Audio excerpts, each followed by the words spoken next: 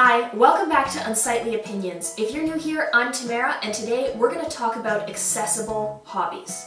This is the first video in hopefully a very long series where I explore all kinds of different hobbies, from coding to fishing to sewing and everything in between.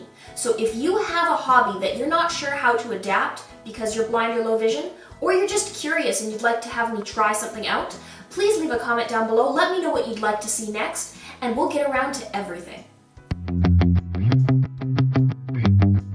There are some incredible blind painters. Notably, John Bramblett is probably the foremost blind painter. He has all kinds of free courses and seminars that he travels around to share his ideas of how to paint.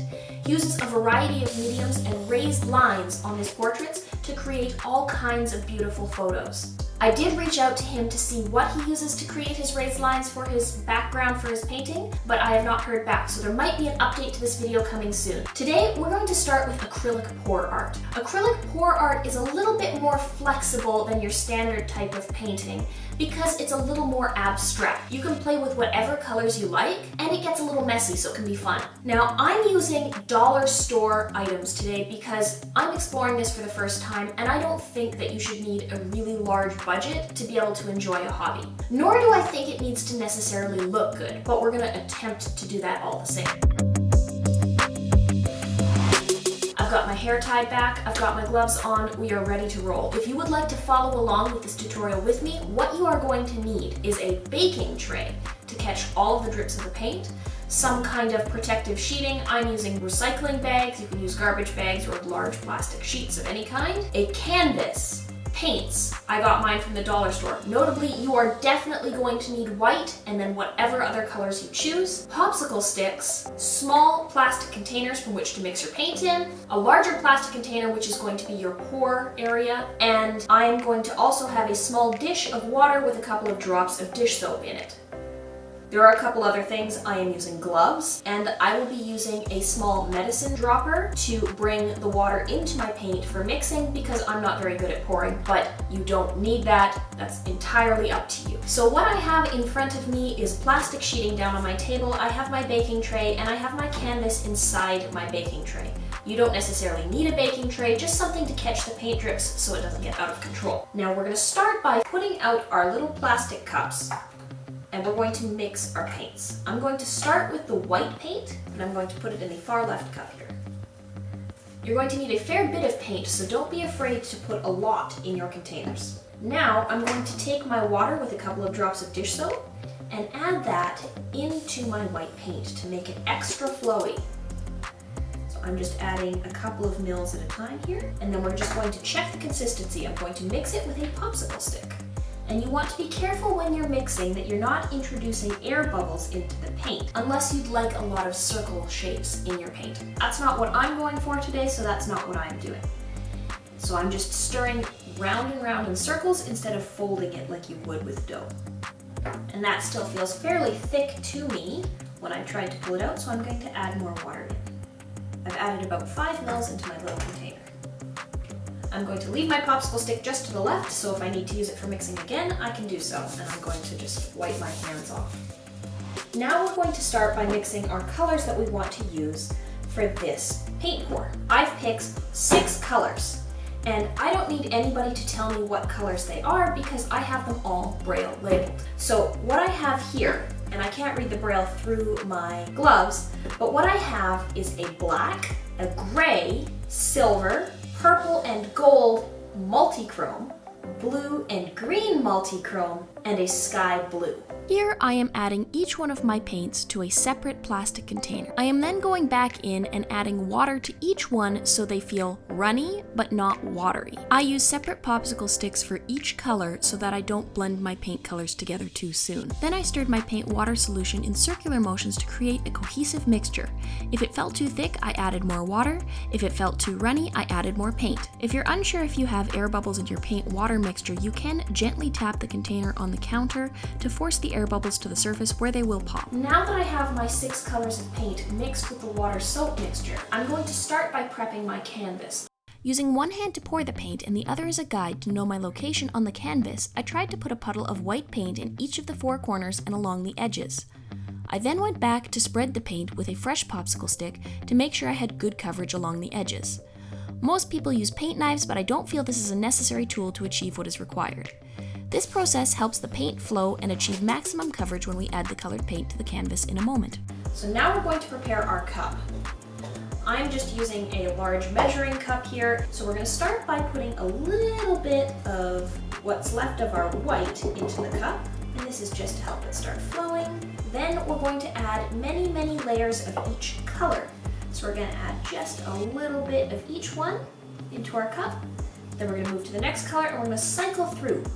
Because the more layers you have, the more interesting it is. Here I am adding a small amount of each color to my cup in random orders until I have used all of the paint I have prepared. All right, now I have my really messy paint cup that has lots of colors in it. And what I'm going to do is I'm going to start pouring it out very, very slowly. And I'm going to use a circular motion when I'm pouring. You can just flip your cup and pour it all over the canvas and let it flow. Or you can pick a pattern. You could go side to side. It's just going to change the shapes and the patterns that you're going to develop. And I just stuck my elbow in the paint. Starting in the top left-hand corner of the canvas, I started pouring my paint using slow, gentle, circular motions. I traveled my way with the paint across the canvas in a diagonal pattern. When I got to the bottom edge, I still had paint left over, so I picked a new spot on my canvas and continued my circular pouring until I ran out of paint. Now for the fun. I picked up my canvas and tipped it on an angle to let the paint flow towards an edge. The goal is to get the paint everywhere, so I tipped my canvas in multiple directions, using one hand to hold the canvas and the other to feel where the paint was dripping off. When I felt the paint was everywhere on one side, I tipped it in a new direction to get the paint flowing a different way. The corners are trickiest, so if you don't feel the paint on all four corners, gently touch the edge of your canvas to where you had your white paint and tap it against your tray to encourage the paint to flow. Does it look good? It looks awesome. What does it look like? Can you describe it? And did I miss anywhere? That's probably the first question. No. No. Excellent. Nailed it. Kind of looks like a marbling vein of stone. Cool. So kind of like a geode pattern with a bunch of layers to it? Right. Neat. This one aside, we're going to pick some new colors and we're going to do another one. See what we get.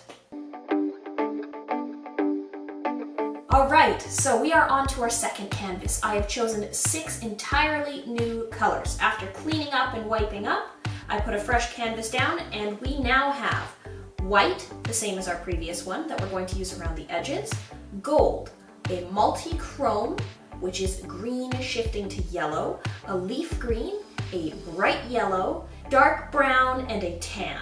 So now we're going to start by pouring our white around the edge of the canvas to help the colors flow. I'm going to try a different pattern this time. Instead of kind of going on a diagonal, I'm going to try a V shape of pour. I prepped my canvas in exactly the same way as the first attempt, pouring white in all the corners and along the edges, and then spreading it with a popsicle stick. Once I had all of my paint layered in my pouring cup, I started in the top left-hand corner, and using the same swirling motion as the first attempt, I created a V shape with the paint. Since I had excess paint, I ended up swirling the V shape towards the center to create a swirl. Then I tipped the canvas to let the paint flow in every direction, aiming for good coverage across the entire canvas. I didn't get perfect coverage on the corners when I thought I had finished, so I just touched the corners with a little bit of paint that had fallen into the tray. Looks like a big ravine going through a plain from an aerial view very high up. Fancy. I'm going to clean this up one more time and then we're going to try a third range of colors. Since Robbie thought I was having too much fun here by myself, he decided to pick the colors himself. We'll see what he chooses.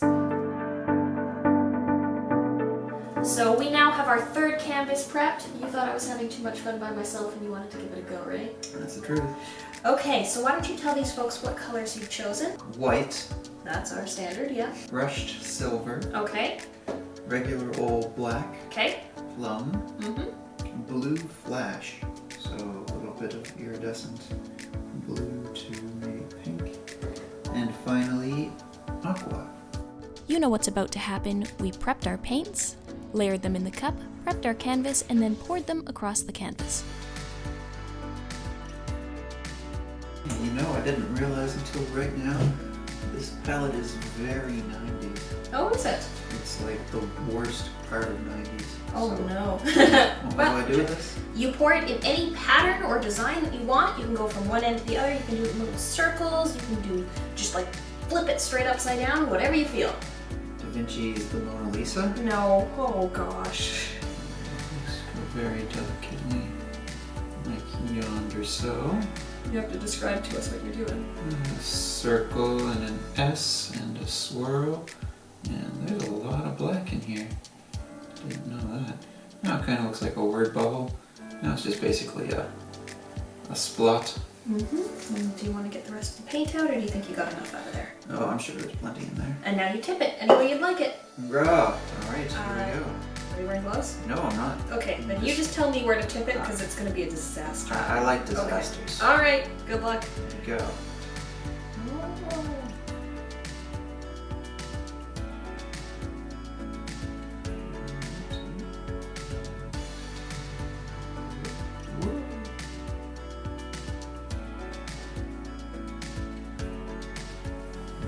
To the left, up into the top corner, and all the way down. Boy, you know what it looks like? What? It just kind of looks like a puddle with some motor oil kind of floating on top. Oh, so like an oil slick. Yeah. Cool. Okay, and I have to do my outro. Wonderful. I'll leave you to it. So this was an incredibly fun disaster. I think art is definitely more about the feeling and the journey than what it looks like. Whether it looks good or not, I am really happy with what happened today. You can pick any color palette, as many or as few colors as you want, and really go to town. I think this is a really accessible way to get into visual art, whether you're fully sighted, losing your vision, or completely blind. If you enjoy visual art, whether you can see it or not, do it. I really want to create a community where disability and accessibility are not dirty words. So if you enjoy content like this, please hit those bells and buttons down below. Let me know what kind of content you'd like me to put out. I'm happy to do any video that you're wondering about, whether it's questions about me, blindness, the blind community, albinism, whether you want me to explore more hobbies. Let me know. And I'll see y'all next time. Bye for now.